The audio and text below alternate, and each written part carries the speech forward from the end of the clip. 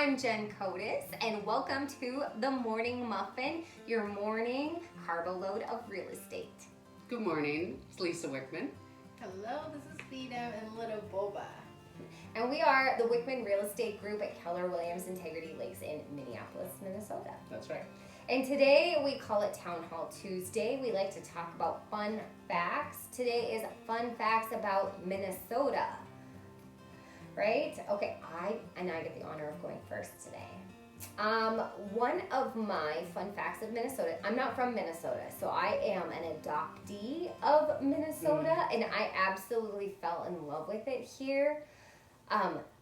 One of the great things that I learned about is all the great famous people that live here. And in 2016, I'm a huge podcast person, and I love Radio Lab by WNYC.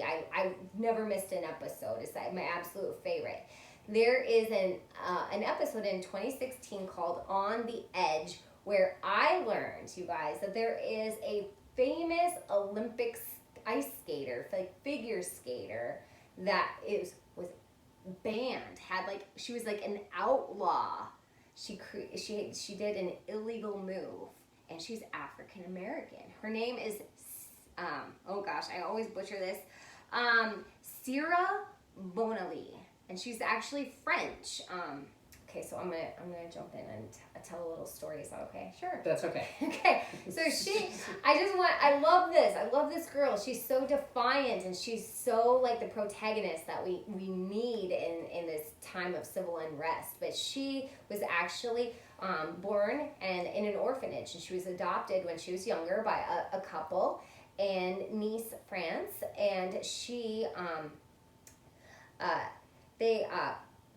they got her into sports because the lady that adopted her was really into sports. And Sierra was actually really, really good at all the sports that she ever did. She started fencing, she started diving, and then finally she found figure skating. And she is very athletic bodied, and she's surprisingly graceful, but she's not like the Disney on Ice princess that you would imagine. She's just really great. And the other thing is that she's not afraid to make her feelings known. So she's like sassy and surly, and she stands up for herself, and I think as all people should. It's like my favorite thing in the whole world, you guys. And she lives here in Minnesota, this is my favorite Minnesota fact. But if you have a chance, I'll put the link in the comments for the Radio Lab episode. So if you want to hear more about her or learn more about her, you can. Okay, it's your turn. Okay. So I decided to talk about spam, not the email kind. Wait. She actually typed in, when she was doing this research. Doing my research. She typed in spam the meat. Because otherwise, it would bring up spam the mail. So anyway. Now I'm forgetting where it is. Austin, Minnesota. So spam was first introduced, I think it's 1937. And SPAM actually it's not an acronym, but it stands for spiced ham. I did not know that. Fun fact for the day. Anyway, they have a SPAM museum, which I've never been to, but I've heard you have, and I've heard it's great for kids, and it's just a really great place to go. And also, for some reason, the Hawaiians love SPAM. Not for some reason. They good. Oh. Well, it is for some reason. Okay. It's because it's delicious. No, it's because it's canned and it was perishable, and it's a United States place. And they used it during the war. Yes, yeah. I do know that. But, so, okay, what did I read? I read that for every person in Hawaii, they consume 5 to 6 cans per year, and that's 7 million tons of spam. Have you ever had it with pineapple, though?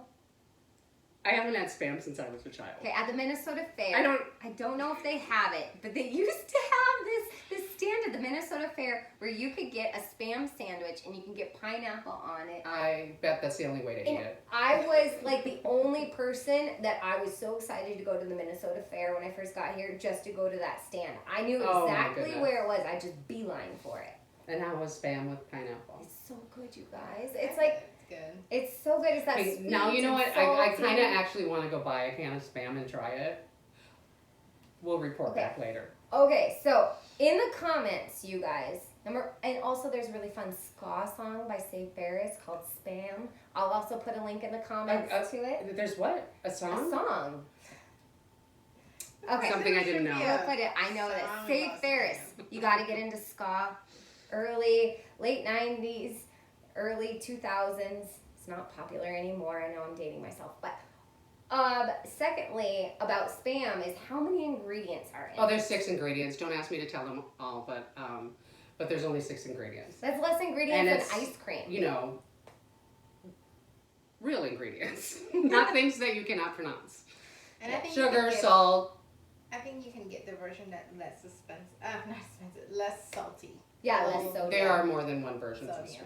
So anyway, that's my Minnesota thing. And it's really good with rice. Asian love it. The Asians do love it, right? Yeah. Speaking of. Yes, like Spam and rice.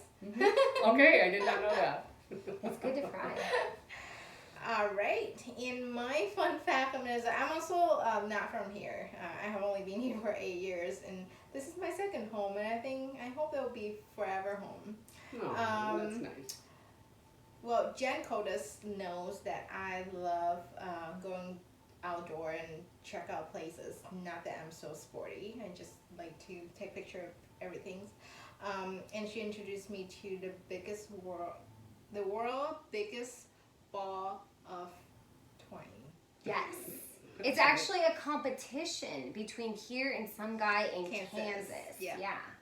And it's really cool. I was planning to go there and take pictures, but my schedule just got mixed up and I can't make it work before this. But I promise that I'm gonna check it out one day in really near future, and I will post a picture, or maybe we'll just include it in our next couple of videos. Just follow up. And if you guys have ever been there, post your pictures in the comments. We'd love to see people posing with giant balls of twine. Right. Giant balls of anything. Wait, no.